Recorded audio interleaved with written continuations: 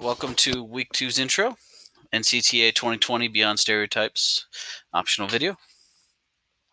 So what this video is going to cover is a brief overview of the 1800s of Japan, adult Musui, and the supplemental readings. All right, so this infographic here very similar to the one that I included in last week's little introduction, and a lot of this information is going to be the same, so feel free to skip over this part. All right, so Japan in the 1800s, we're in the Edo period, 1603 to 1868. 1868 is when the Meiji Restoration happens.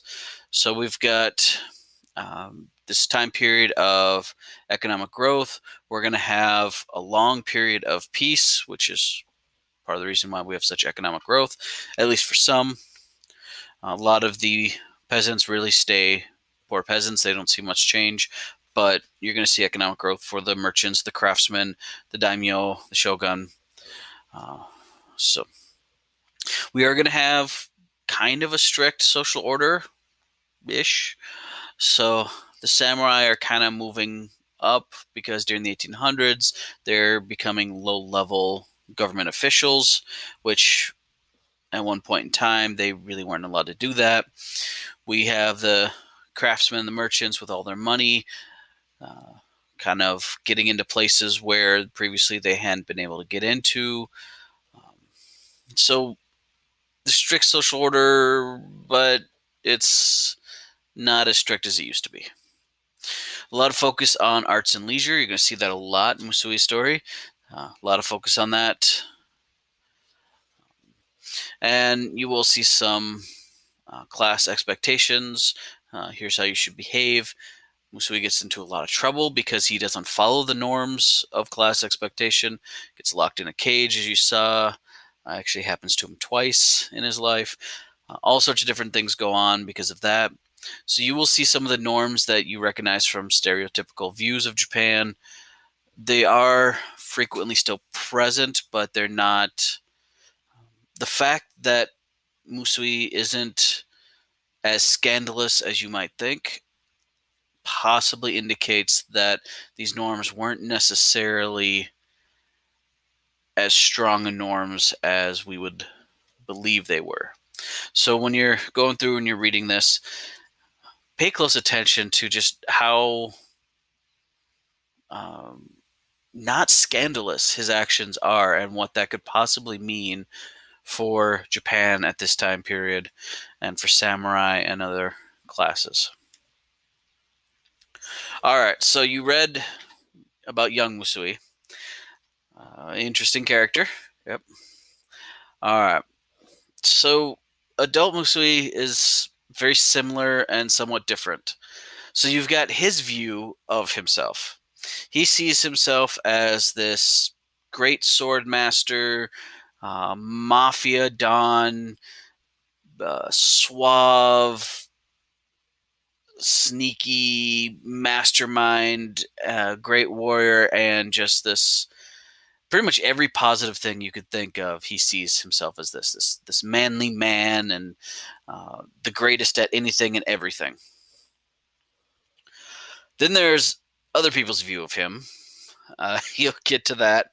So there's a fair bit of ego stroking towards Musui in the story, in his memoir. How much of that is tainted by the fact that he wrote this and how much is real, that's up to you to kind of weigh in on. And then we've got kind of his reality. So as you're reading this, at least when I read this over, I saw Musui not so much as this James Bond, Godfather, super warrior kind of guy, but more as Bottom from Midsummer's Night's Dream, who thinks he can do anything and everything.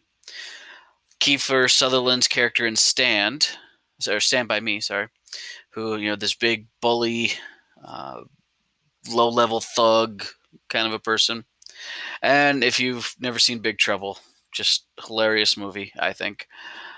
There are a couple of just big fools in that movie who really don't know anything. My favorite part of that movie is when they're kidnapping someone driving to an airport and they see arrivals and departures and they go, well, we're arriving. but we want to depart, and they can't figure out which lane to get into. So that kind of gives you an idea how big of fools they are. To me, these three characters kind of combined, or four characters in case of the fools, really kind of sum up who Musui was when I read the book. You might have an entirely different reading of him, but it is interesting to kind of compare these three views of Musui. If you add in how his wife and kids likely thought of him and how his parents thought of him, then we start getting into a really big thing here. All right, so you got a couple different supplemental readings. One, again, is from Ben Thompson's book, Badass. Again, this book is written with kind of the younger teens, the 8th graders, 9th graders in mind. It's very sophomoric, but definitely has a lot in there to grab their attention. There's another reading about him that you can find on the website as well. So here we've got someone who starts out as essentially like a cop who ends up becoming I wouldn't say a Robin Hood exactly, but definitely an outlaw, and then finds himself in charge of China. So very interesting character. And we've got someone else from China here, the Great Pirate Queen of China. So this has been adapted from a website. So at one point, she had hundreds of pirate ships under her command, was able to defeat European ships as well as Chinese royal fleet. So both very interesting stories to read, very much different than the stereotypes that you might have in mind of, say, the lordly type ruler of China or women from China. We tend to get certain pictures from media about how women back in the day acted in China. She definitely will not fit into those categories. And since she had the largest pirate fleet in the entire world, in all of history, that tells us a little something about her as well and breaking some stereotypes. All right, I hope you enjoy, and I look forward to reading your posts.